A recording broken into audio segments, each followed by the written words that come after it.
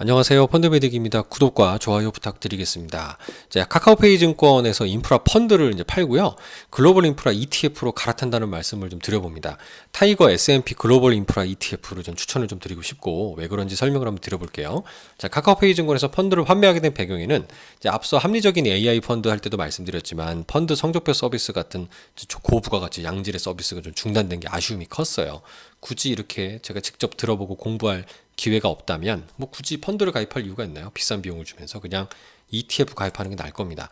이 최근 1년 기준 성과를 보더라도 이 보라색이 하나 글로벌 인프라라고 하는 펀드입니다. 카카오페이 증권에서 가입했던 상품이죠. 그거보다 ETF가 성과가 더 좋습니다.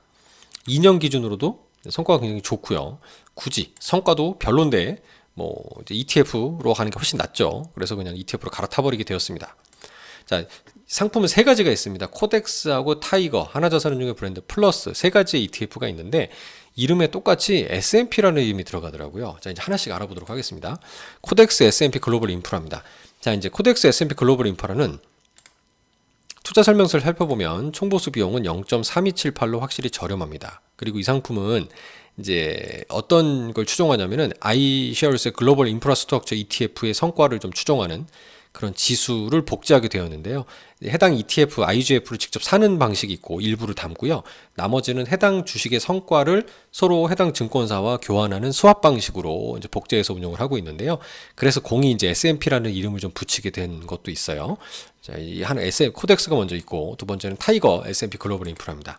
이 상품은 현재 지금 마찬가지 한투증권과 KB증권과 스왑을 하는 비율이 나와 있고 앞에 나와 있는 이제 글로벌 인프라스트럭처 ETF도 5.7% 담고 있는 것들이 이제 확인이 되시죠? IGF를 담고 있다는 내용입니다. 자, 투자 비용 면에서는 0.48로 코덱스보다는 살짝 좀 조금 비싸죠. 0.1522 정도. 네, 코덱스 좀 저렴합니다. 하지만 좀 반전이 있으니까 기다려 보세요. 플러스 S&P 글로벌 인프라입니다. 이 상품은 이제 살펴보면 0.5493으로 비용 면에서는 이제 비할 바가 아니죠. 코덱스가 가장 저렴한 걸 볼 수 있습니다. 근데 여기에 반전이 하나 숨어 있는데요. 그게 바로 뭐냐면 배당금에 있어서 달랐습니다. 자, 첫 번째 코덱스는요, 분배금 미지급입니다. 분배금이 없어요. 그런데 플러스의 경우는 분배금이 이렇게 있습니다.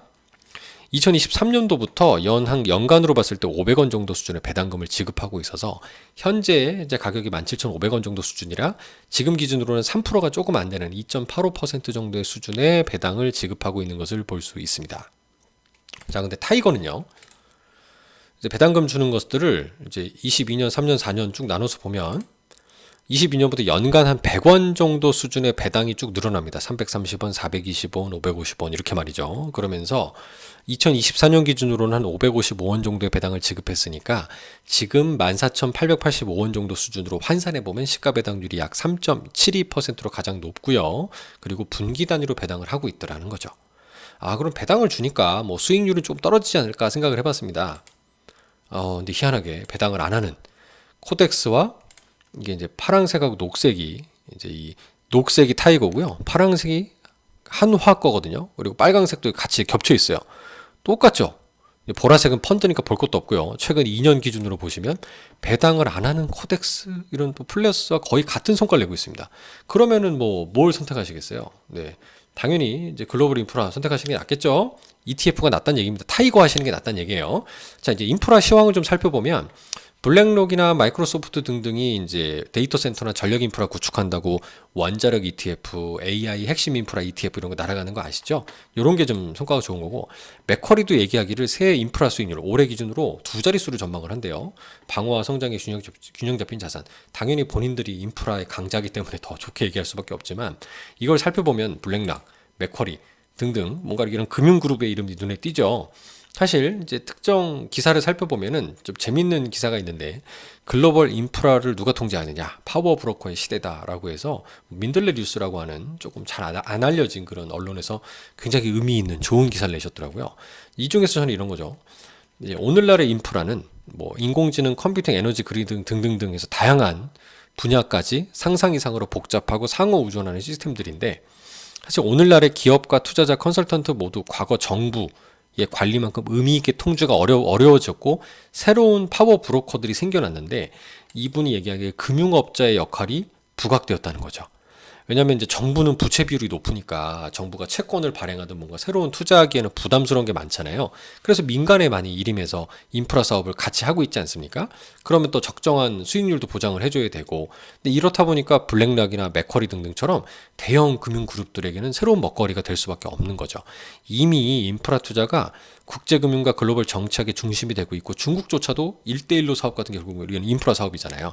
2018년도에 인프라도 또 하나의 에셋 클래스, 자산군으로 분류해서 투자자들의 펀딩을 권장하는 로드맵을 개발했다는 거예요. 그럼 우리나라에 뭐 적정한 수익을 보장해주면 국민연금이나 각국의 국부펀드들이 들어갈 수 있는 영역이 생긴다는 거기 때문에 이런 인프라 펀드들의 미래가 더 창창하다. 전쟁까지 조만간 휴전 및 종식이 된다 그러면 전후복구 사업까지 더 들어가겠죠. 이런 등등을 감안하면 뭐 최근에 뭐 우주 보내는 머스크도 여기에 이제 사진이 들어가 있잖아요. 제가 뺐습니다. 이런 등등 했을 때 인프라는 투자 매력이 상당히 높고, 그동안 많이 올랐던 주식과 대비했을 때 얘는 그냥 안정적인 인컴 자산이란 차원에서는 조금 다른 결이지만 안정성이란 데 좀 관심을 두시고 좀 모아갈 만한 자산이 아닌가라는 생각을 해봤어요. 앞서 TIF 등 다른 인컴 자산들 중에서 핵심 자산으로 부상하고 있는 인프라 얘기는 저는 계속 스토리가 살아있다라는 차원에서 말씀을 좀 드려보고 싶고 계속 업데이트 드려보도록 하겠습니다. 딱 하나 조심할 거는 금리가 급등하는 것들이거든요. 이런 부분 때문에 업데이트를 종종 해보도록 하겠습니다. 감사합니다.